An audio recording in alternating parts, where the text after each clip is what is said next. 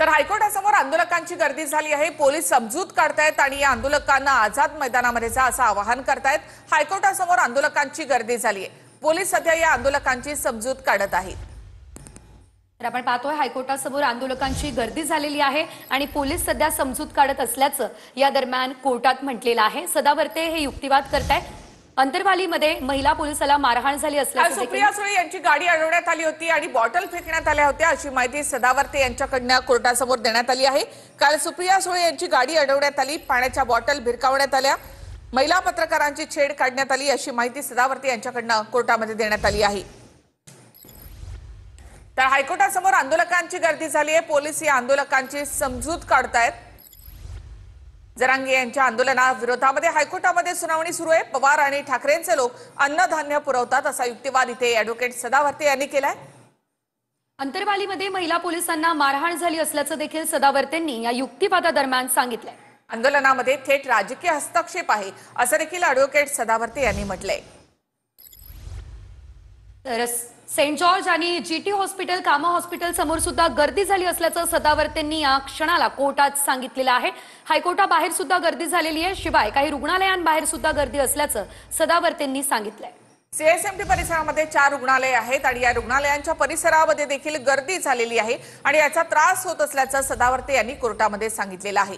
हॉस्पिटलच्या समोर ट्रॅफिक आहे, रुग्णांचं काय होणार असा सवाल या ठिकाणी ॲडव्होकेट सदावर्ते यांनी केलेला आहे। सेंट जॉर्ज जीटी हॉस्पिटल कामा हॉस्पिटल या ठिकाणी गर्दी झाल्याचं देखील त्यांनी म्हटलं।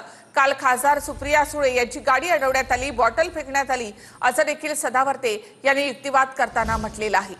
एकंदरीत सामान्यांसोबत यावेळेस रुग्णांना सुद्धा त्रास होणारच आहे असं सदावर्तेंनी कोर्टात सांगितलं। सेंट जॉर्ज जीटी हॉस्पिटल आणि या हॉस्पिटल समोर ट्रॅफिक जाम झालं असल्याचं शाहीनबाग आंदोलनाप्रमाणे कोण फंड पुरवतोय असा सवाल ॲडव्होकेट सदावर्तेंनी या युक्तिवादादरम्यान केलेला आहे।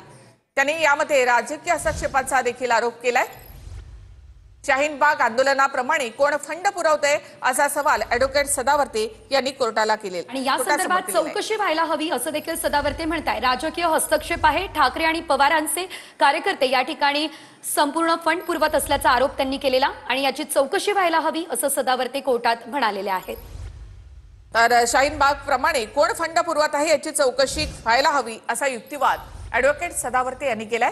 तसंच सीएसएमटी परिसरामध्ये 4 हॉस्पिटल आहेत, त्या हॉस्पिटल समोर देखील गर्दी होते, हॉस्पिटल समोर ट्रॅफिक होते, त्यामुळे रुग्णांचं काय होणार असा सवाल देखील त्यांनी युक्तिवादादरम्यान केलेला आहे। सध्या असलेल्या गर्दीनेच मोठा त्रास होतोय आणि आणखी लोक येणार असं चॅलेंज केलं जातंय, त्यामुळे पुढे नेमकं काय होणार असा सवाल देखील उपस्थित करत शाहीनबाग आंदोलनाप्रमाणे कोण फंड पुरवतंय असं सदावर्ते कोर्टात म्हणाले। तर सदावर्ते यांचा हा युक्तिवाद या ठिकाणी सुरू आहे। या आंदोलनामुळे त्रास होत असल्याचं सदावर्ते यांनी म्हटलं।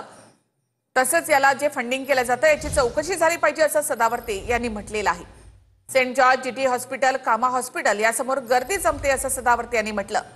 रुग्णालयाच्या समोर ट्रॅफिक आहे, रुग्णांचं काय होणार असा सवाल ॲडव्होकेट सदावर्ते यांनी केलाय। महाधिवक्ते यांच्यानंतर आता ॲडव्होकेट सदावर्ते यांचा युक्तिवाद सुरू आहे।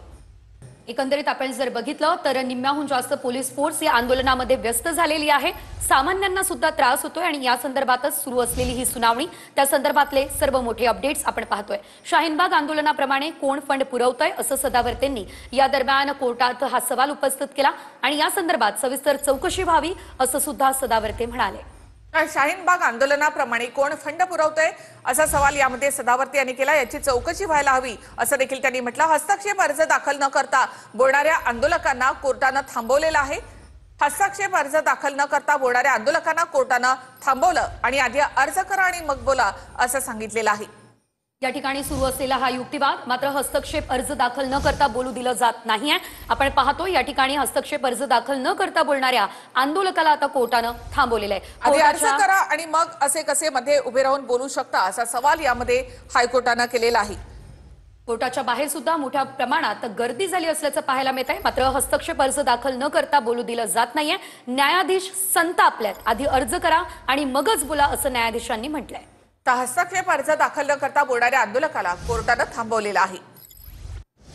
तर यामध्ये आता